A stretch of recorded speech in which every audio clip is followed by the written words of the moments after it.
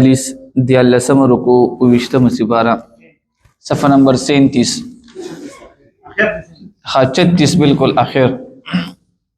اعوذ باللہ من الشیطان الرجیم بسم اللہ الرحمن الرحیم ولمن خاف مقام ربه جنتان فبأي آلاء ربكما تكذبان ذواتا أفنان فبأي آلاء ربكما تكذبان فيهما عينان تجريان فبأي آلاء ربكما تكذبان صدق الله العظیم سورة الرحمن آیت نمبر 46 دیالسم رکو وشتم سپارہ تاسو لکه یاد شي پرون الله پاک د جهنميانو ذکر کړی وو الله پاک چې کله په جهنميانو باندې د جهنم فیصلو کی نو دا په جهنم کې څنګه لړکیږي نو دا به د تندي د ویختونه او د خپونه به دا اتړلی شي او دا سه د فوټبال غونته به جهنم ته لړکی پرون مونږ دا خبره دی کی تفصیل سره کړي وا اوس دلته الله تعالی چې کوم دی د متقینو ذکر کوي الله دې بګي زمونږ استاد هم نوم راوستلی کی متقیان پرهیزګاران مسلمانان الله فرمای چې کم یو بنده د الله تعالی نه او یریدو یره د الله تعالی دا ګور ډیر اهم شیز دی دا یاد ساته خوف خدا دې سره انسان جوړیږي او خوف خدا څه ته ویل کیږي دوه شیزونه دي نیک عمل د الله د وجه کول او د غلطو کارونه چې کم دی د الله د یری نه چې کم دی ځان باندې کول دي ته خوف خدا ویل کیږي نو الله فرمای چې کم یو بنده زمانه او یریدو نو داغه د پر جنتونه دي دو جنتونه دي دلته د تسنیه راوړی دا جنتان خدای چې کم دی صرف د کثرت د پر راوړی دا نو الله فرمای کم یو بنده زمانه او یریدو د هغه د پر چې کم دی زی کم دی یا جنت بیا د جنت صفات پکې الله اوس بیانې ولمن خاف مقام ربه او د پاره د هغه چې او یریږي د ادریدلو د ربه د خپل د رب د واندې جنتان د هغه لپاره دو جنتونه بوي فبأي آلاء ربكما تكذبان نو کوم نعمتونه با تاسو دوانه د خپل د رب درو غنه د دې آیت په دلیل کې علما لیکلي دي چې د دې سورې رحمان کې مخاطبین څوک دي دوه قسم خلق دي انسانان او پریان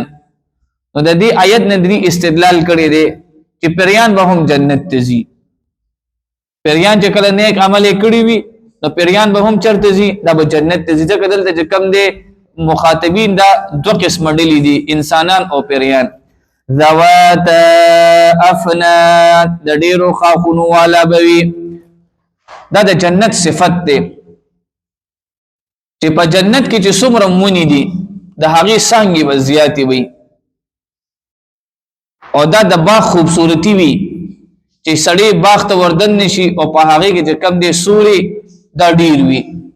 دا د جنت صفت به وي چې سونه ونی بکی وي په هغه کې به د هغه شاخونه خاخونه به زیات بوي نو ذوات افنا د ډیرو خاخونو والا فبأي آلاء ربكما تكذبان نو کوم نعمتونه د خپل درب تاسو دواړه به درو غنه د باغ کې چې کوم دي صفت دا وي باغ الخستوي چې پاغي کې چینی وي که په باغ کې چینه نه وي او په باغ کې چې کوم دي وبني وي نو خلک بیا دی باغ ته باغ نه وي دا غي د اوبو مسلې وي نو الله فرمای چې د جنت په باغونو کې به کم دي چینه بنوي چینه بوي فيهما پدې باغونو پدې دوانو باغونو کې با عینان دو چینه بوي تجریان بهيږي با فبأي آلاء ربكما نو کوم نعمتونه با د خپل درب تاسو دواړه تکذبان درو غنه فيهما خا چې کله بنده جنت تلاړ شي او بیا په دې جنت په دې باغونو کې ګرځي نو د جنت د میوه صفت الله بیانې چې زوجان دا په دو قسم وي د جنت چې څومره میوه دي دا به څو قسم وي دا به دو قسم وي مثلا تاسو وګورئ انګور ته انګور چې کوم دی په دنیا کې څو قسم دي ډېر قسم دي سبا کې واړه دي سبا کې غټ دي او دغه شان د اوس به کوم دی د مالټي سیزن دا د شروع شو خلک ویره دا مالټه چې کوم دی د پلې دا ګرانه ده او دا کاکا سیب دا نورم ګرانه ده او بیا چې کوم دی نو دا د جنت د میوه صفات بوي چې هر یو میوه به دا به کوم دی دا به دو قسمي یو به زیات تریخ وي یو به زیات خوږ وي نو دا چې کوم دی د جنت د میوه صفات دي فیهما پدې دوانو کې به من کل فاکهه د هر میوه زوجان دو قسمه وي فبأي آلاء ربكما نو کوم نعمتونه وا تاسو دواړه د خپل درب تکذبان دروغ غنئ بنده چې کله جنت ته لاړ شي او دی بیا په دې باغونو کې ګرځي نو بعض اوقات انسان په باغ کې ستړي شي نو دا چې کوم دی په باغ کې یو طرف کې کینی نو د ناستې ځای چې څومره ښایسته وي انسان چې کوم دی هغه باغ ورته بیا مزم ښایسته ورکوي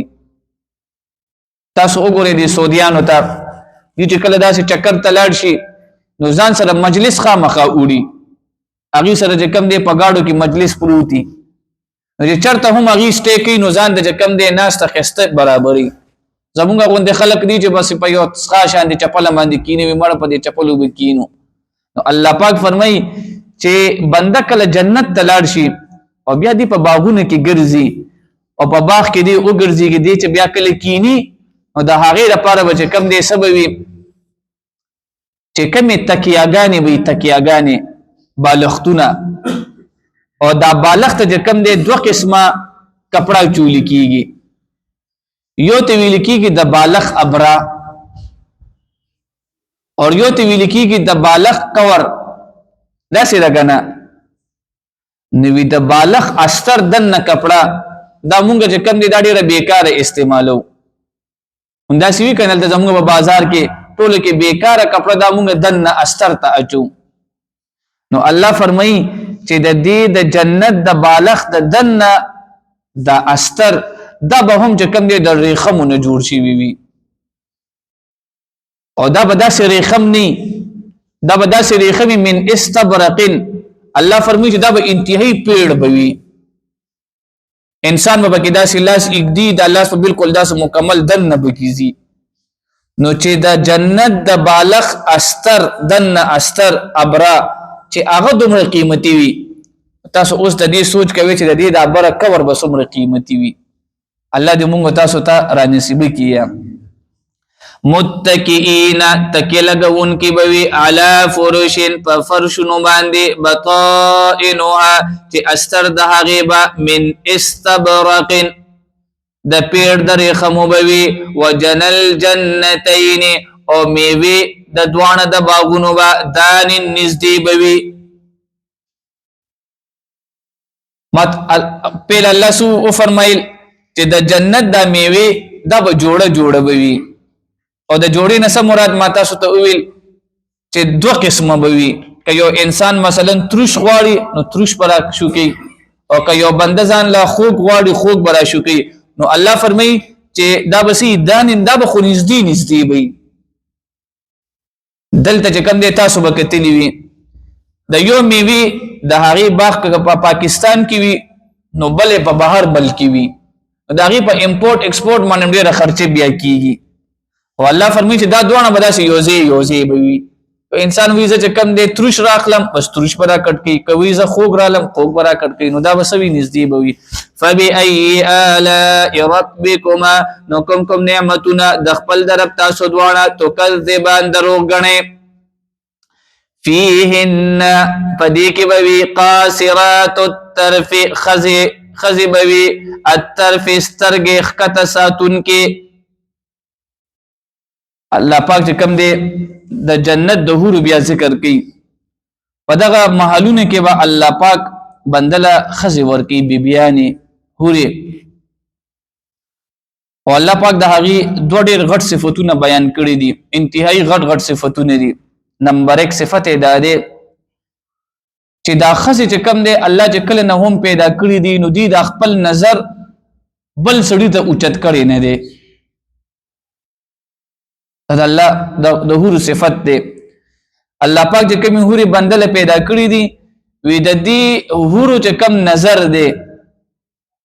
دا چې کم دی د خپل خاون نه علاوه بل چاته اوچت شوی نه دی همیشه سترګې ښکته ساتي نو دا چې کم دی د خزو غټ صفت دی چې د دې سترګې ښکته وي او چې کله خزه چې کم دی سړو ته پسترګو کې سترګې اچي په معاشره کې مونږ سو یې وی د دې سترګې انتهایی شلې دي دي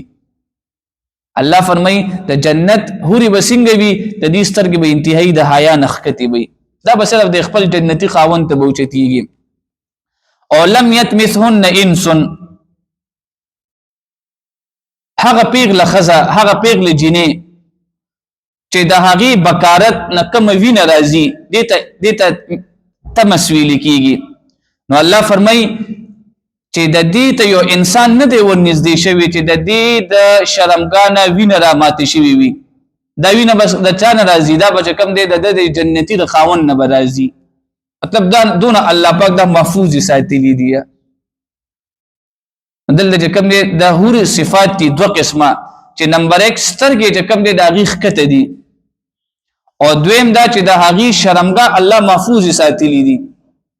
بکارت دا پردا دا چې کم دی الله محفوظ ساتلی دي دا به الله پاک دی جنتی ته دا په قسمت کې ور کوي فيهن قاصرات الطرف پدې کې خزي وي سترګې خکته ساتون کې لم يتمسهن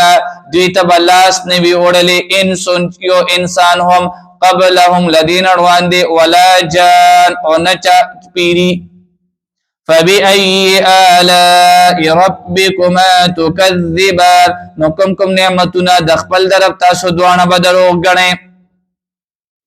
الله پاک چې کوم دی د دې هورو چې کوم دی مثال ورکي په دنیا کې ګوره دا یاد ساتي د مثال چې کوم دی انتهایی غټ انسان به پويږي مثال لکه مثلا ز ترکان را ولم او ترکان تمم چې ما ته دروازه جوړه کا نو ترکان وی قاضي صاحب څنګه دروازه جوړه کا زه وته د دې دروازې په شانتي نو ترکان وی بس پوي شو مزه وی پوي شو یو سړی چې کم دی ذهن کې سوال راځي چې یاره دا دونه غټه خبرو باندې نه پويګم د جنت هوري څنګه دي نو الله داغه مثال په دوه شیزونو سره ورکي وی د جنت د هوري مثال چې کم دی د یاقوت او د مرجان دي یاقوت دا چې کم دی په کانو کې انتهایی قیمتي کانه دي او د دې یاقوت صفت دا ده چې دا بالکل تکسروي او چې کله دې کې دا سوروال راشي او بیا په دې کې چې کم دی کرخي نیوي د دې چې کم دی بیا قیمتونه چې کم دی دا په لکونو ډالرو کې وي اور دغه شانته مرجان دا یو کان دی چې په دې کې سپینوالي زیات وي